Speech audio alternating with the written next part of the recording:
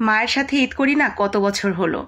ঈদের দিন কত শত আইটেম রান্না করি, কিন্তু মাকে নিজের হাতে খাওয়াতে পারি না কোনো বছরই। এই বছরে যেহেতু মা আমার বাসায় আছে, ঈদের একটু আগে আগেই চলে এসেছে, ঈদের আগে আবার চলে যাবে। ভাবলাম ঈদের দিন আমরা যা যা রান্না করে খাবো তার কিছু কিছু আইটেম আমি আমার মাকে এখনই রান্না করে খাইয়ে দেই। মা ভীষণ খুশি হয়ে যাবে, আর ঈদের দিন আমি যেই খাবারগুলো রান্না করব সেটা খেতে গিয়ে আমারও আর খারাপ লাগবে না। তো ঈদের দিন কিন্তু আপনারা সেমাই ফিরনি পায়েসের পাশাপাশি আমার মতো করে এই ব্রেড মালাই রোলটাও রাখতে পারেন। ঠান্ডা ঠান্ডা ব্রেড মালাই রোলটা খেতে দারুণ লাগবে। আর এবারের ঈদটা যেহেতু একটু গরমের মধ্যে হচ্ছে, কোরবানির গোশত নিয়ে কাজ করতে করতে যখন আপনার প্রিয় মানুষগুলো অনেকটা বেশি খারাপ অবস্থা হয়ে যাবে, তখন ছোট্ট একটা বাটিতে করে অল্প একটু মালাই রোল দিলে খেয়ে একেবারে পুরো শরীর ঠান্ডা হয়ে যাবে।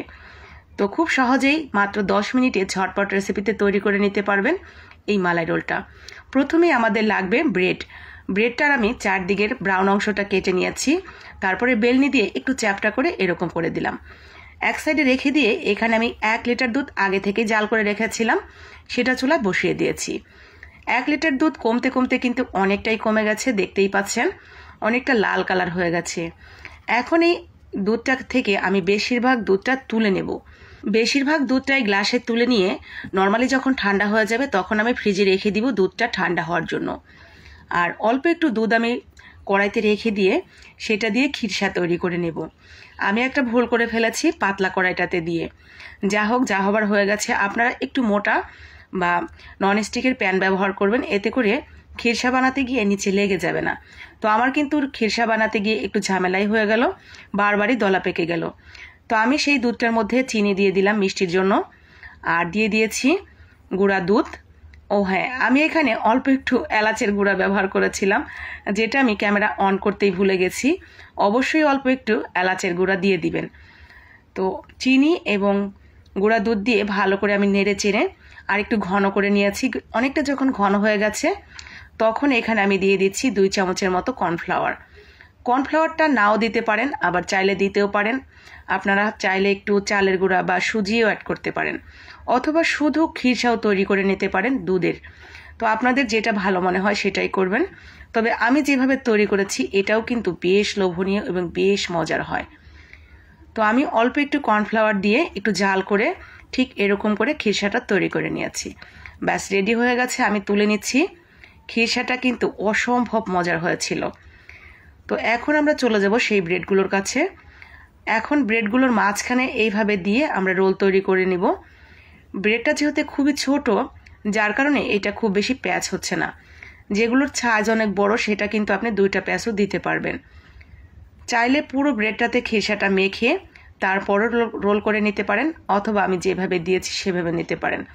পছন্দ অনুযায়ী ভেতরে খিরসা ভরে ঠিক এইভাবে রোল করে নিলেই আমাদের রোলটা রেডি। একেবারে ঝটপট রেসিপিতে বানানো যায়। শুধুমাত্র ওই খিরসাটা তৈরি করতে আপনার যতটুকু সময় লাগবে অতটুকুই। তো ঠিক এইভাবে আমি সবগুলো রেডি করে নিয়েছি। আমার এই খিরসাতে যা হয়েছে আমি ততটুকুই রেডি করে নিয়েছি। তো এখন এখানে দিয়ে দিলাম ওই যে দুধটা আমি ফ্রিজে রেখেছিলাম, সেই ঠান্ডা দুধটা এনে উপর দিয়ে ঢেলে দিলাম। আর উপরে কিছু বাদাম কুচি কিশমিশ দিয়ে আমি ডেকোরেশন করে নিয়েছি। এটা অপশনাল, হাতের কাছে থাকলে দিবেন, না থাকলে না দিলেও চলবে। তো ব্যাস রেডি হয়ে গেল আমার খুব সহজেই ব্রেড মালাই রোল। অসম্ভব মজার এই মালাই রোলটা খেতে ছোট থেকে বড় সবারই খুব পছন্দ হবে। দেরি না করে চটজলদি ঈদের আগেই একদিন পরীক্ষামূলকভাবে বানিয়ে নিতে পারেন। তারপরে ভালো লাগলে ঈদের দিনও কিন্তু রাখতে পারেন স্পেশাল ডিশ হিসেবে। তো এই তো ছিল আজকে আমার একদম ঝটপট রেসিপিতে আপনাদের সাথে একটা মিষ্টি আইটেম, যেটা আমি তৈরি করেছিলাম আজকে আমার মায়ের জন্য। আমি ঈদের দিন হরেক রকমের রান্নাবান্না করলেও আমার মাকে সেইভাবে কোনো দিনই খাওয়াতে পারি না।